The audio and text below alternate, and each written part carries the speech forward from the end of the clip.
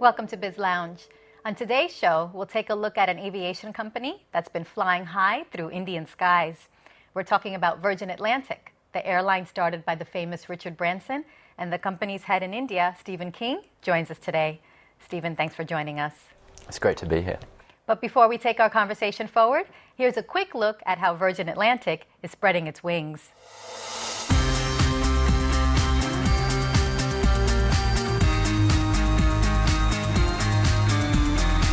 The aviation sector has been through turbulent times ever since the slowdown of 2008. Things like the high cost of fuel and the levying of taxes have all added to the sector's woes.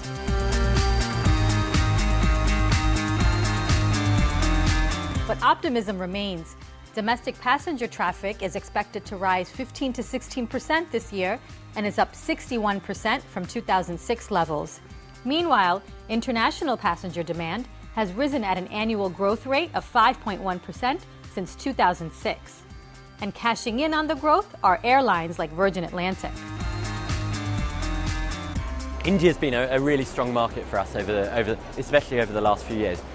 Only last year we doubled our capacity by adding an extra flight to Mumbai, but even on the Delhi route that's stayed fairly stagnant in terms of capacity, the number of passengers that we're carrying is going up significantly.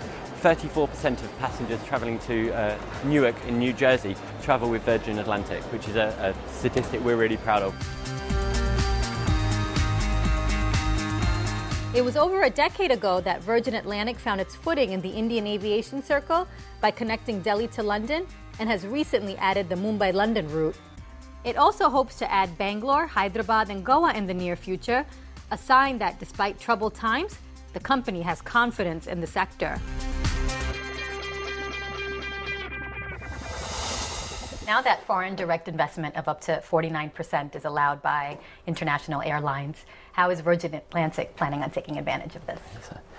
I think foreign direct investment within India for airlines is fantastic. It's great that it's come along. It's great that the market's opening up. For us, for Virgin, we're not specifically looking at any precise opportunities.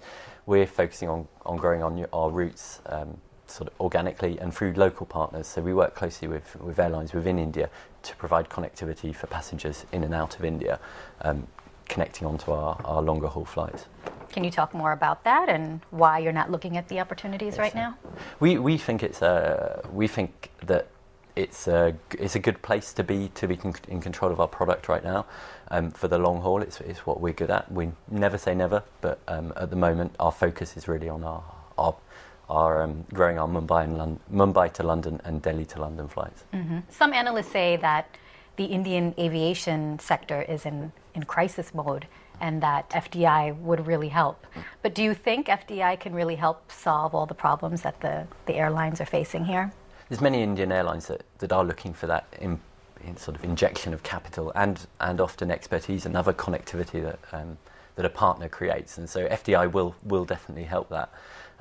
There's other local factors that make it difficult. We know that airport costs are some of the highest in the world within Indian airports at the moment, and there's more and more talk about increasing those costs as well, and that's one of the key challenges. However, there are millions of people in India who want to fly, so anything that can allow them to travel and explore either their country, surrounding countries, or further afield has got to be a good thing. Mm-hmm. And what trends are you seeing in both international and domestic travel when it comes to the Indian passenger? We've been looking hard at our passengers, the Indian passenger, and we spotted they like to take a lot of bags. So we doubled our baggage allowance in economy. And we spotted that was because the Indian passenger often likes to take gifts when they're travelling overseas and then bring shopping back. I've actually realised that I've started taking 2 bags and bringing 2 bags back as well. So I think I'm definitely getting into it. But we're seeing passengers wanting to travel further and further afield. We're getting more and more passengers travelling to the US with us, and actually been quite happy to stop in London, quite enjoying the stop in London. We're also seeing a bit of a shift up as well. We have a premium economy cabin, and we're seeing more. It's been our biggest growth in the last year out of India, and we're seeing more and more passengers make the choice to travel with that extra comfort. India is now dominated by low-cost airlines like SpiceJet and Indigo, whereas just a decade ago it was full-service carriers that dominated the skies. And there's been some debate about whether the low-cost model will work in India. Talk about what the differences are between both and what you think will and will not work here. Well, low cost originally came from the cost element, so it's also about cost control. I think it's about really being able to manage the costs carefully. And some of the Indian low cost carriers have done a great job at managing their costs carefully and charging for ancillaries. And that's really what low cost has come to mean colloquially now, is charge for ancillaries. So charge for anything except transporting somebody from point A to point B. And that model, I think there's some Indian carriers that prove that that model works very well. Some passengers will always want the full service element, but especially when you're not travelling too far, when there's a short haul element, although within India 3 hours is still a domestic flight, the low cost model works very well. Do you think full service and low cost can live together? Yeah, and if you look at the European markets, we see a lot of that. So you can see the European legacy carriers are still operating and operating profitably, and then you've got various different types of low-cost model operating alongside. There'll always be people who want to pay for that extra service.